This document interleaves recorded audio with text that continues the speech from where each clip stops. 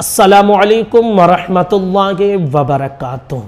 सफ़र के नमाज के हवाले से बहुत सारे साथियों के सवालात ऑफ़लाइन ऑनलाइन पूछे गए हैं। तो आज इस वीडियो में हम सफ़र की नमाज के हवाले से पूरी डिटेल आपको बताएंगे। यानी ये वीडियो देखने के बाद इंशाअल्लाह आपके जहन से बहुत सारी कन्फ्यूज़न ख़त्म हो जाएंगे। तो पॉइंट के हिसाब से पॉइंट नोट करके हमने रख लिए हैं और उन चीज़ों को पॉइंट वार हम बताते हैं। नंबर एक, सबसे पहले आप ये समझ लीजिए कि इंसान मुसाफिर कब होता है।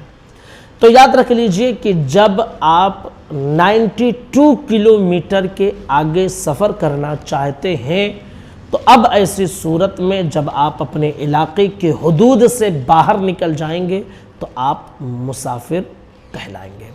कितने किलोमीटर तक? 90 किलोमीटर के आगे तक अगर आप सफ़र करना चाहते हैं तो 92 किलोमीटर से कम अगर आपका सफ़र है तो आप मुसाफिर नहीं कहलाएंगे।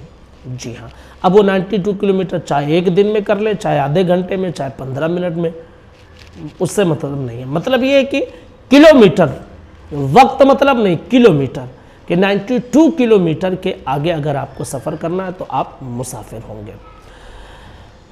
आपका सफ़र शुरू कब होगा? तो कहते हैं कि जब आप जिस इलाके में रहते हैं ना, उस इलाके के हुदूद से जैसे ही आप बाहर निकलेंगे आपका सफ़र शुरू हो जाएगा। ऐसा नहीं कि आप अपने घर से निकले और मस्जिद गए अपने इलाके की और वहाँ जो है आप कसर पढ़ने लगे। नहीं, आप अभी अपने इलाके में हैं। जब आप अपने इलाके की हुदूद जो होते हैं ना, उनसे जब बाहर हो जाएंगे, आज के ज़माने में ये समझ सकते हैं कि नगर पालिका हमारे जो होते हैं ना, बड़ी आसानी होती है इसे समझने में। तो वो नगर पालिका जितने हिस्सों में आता है वहाँ से बाहर निकलेंगे, आप हुदूद से बाहर हो गए। तो जैसे ही हुदूद से बाहर निकले आप, अब आप अपनी नमाज़ों को कसर करना शुरू कर दें। ठीक है। तीसरा जो इसमें पॉइंट है वो ये है कि वतन जो होते हैं ना, वो दो तरह के होते हैं। एक वतन असली यानी आबाई वतन जहाँ हमारी पैदाइश होती है, और एक वतन इकामत होती है।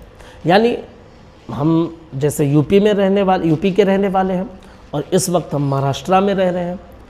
हमारा आबाई वतन यूपी है और यहाँ हम रह रहे हैं। 15 दिन से ज़्यादा जहाँ आप ठहरने का इरादा रखते हैं ना, वो आपका वतन इकामत होगा। जी हाँ, 15 दिन से ज़्यादा जहाँ आप ठहरने का इरादा रखते हैं वो आपके लिए वतन इकामत है।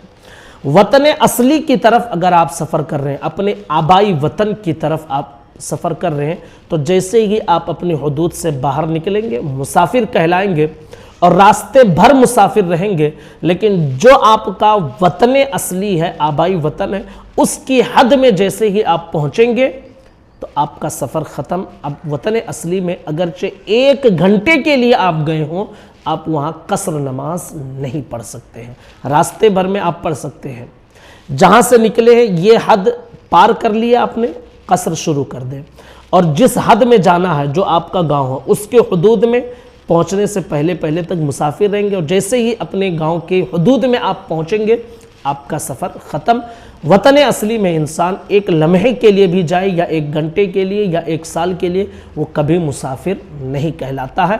वतन असली में पहुंचकर वो मुकीम हो जाता है। हाँ, रास्ते भर वो ज़रूर मुसाफिर रहता है। ठीक है।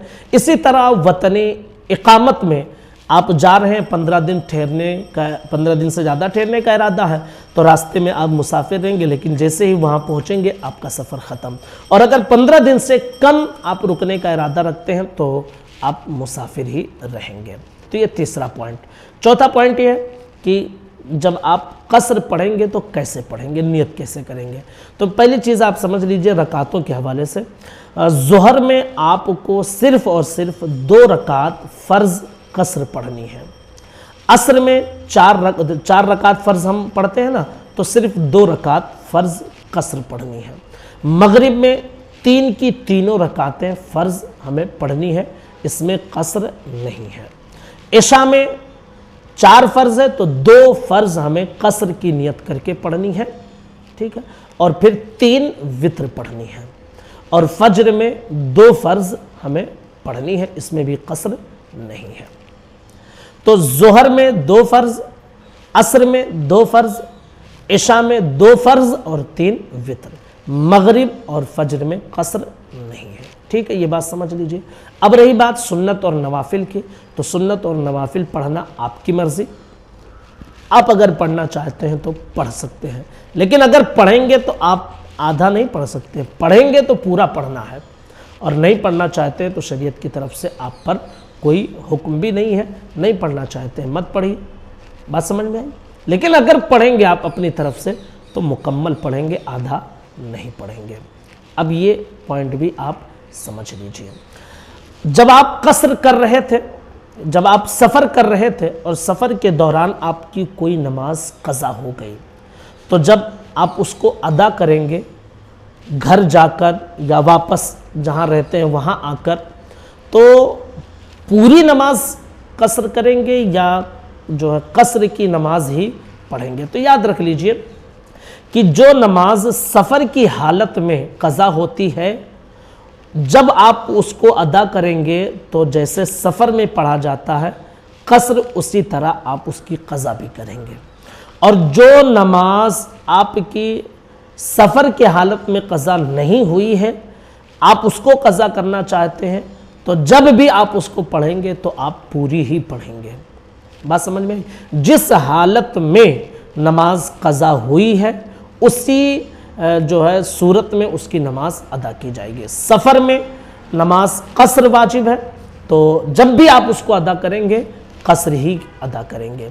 और सफ़र में नहीं है, मुकीम है आप और नमाज क़ज़ा हुई है, तो जब भी उसको अदा करेंगे आप मुकम्मल ही अदा करेंगे। एक चीज़ और समझ लीजिए कि कसर करना ये वाजिब है। ऐसा नहीं कि जो है आप सोच रहे हैं यार चलो 4 रकात फ़र्ज़ ज़ोहर पढ़ लेते, नहीं, आप मुसाफिर हैं तो आप पर वाजिब है कि कसर पढ़ें। हाँ, अगर मुकीम इमाम के पीछे आपने नियत बांधी है तो फिर मुकीम इमाम जिस तरह पढ़ता है उसी तरह आपको मुकम्मल नमाज 4 रकात पढ़नी ही होगी। आप फिर आधा पढ़कर इमाम का साथ नहीं छोड़ सकते, क्योंकि मुकीम इमाम की नियत जब आप बांध लेंगे तो फिर ऐसी सूरत में वो 4 रकात पढ़ाएगा, आपको भी 4 पढ़नी होगी। तो ये पूरी तफसील हमने सफ़र की नमाज के हवाले से डिटेल के साथ बयान कर दिया है। बार बार सुनकर इसे समझ लें, इंशाअल्लाह बड़ी आसानी होगी। अस्सलामु अलैकुम व रहमतुल्लाहि व बरकातुहू।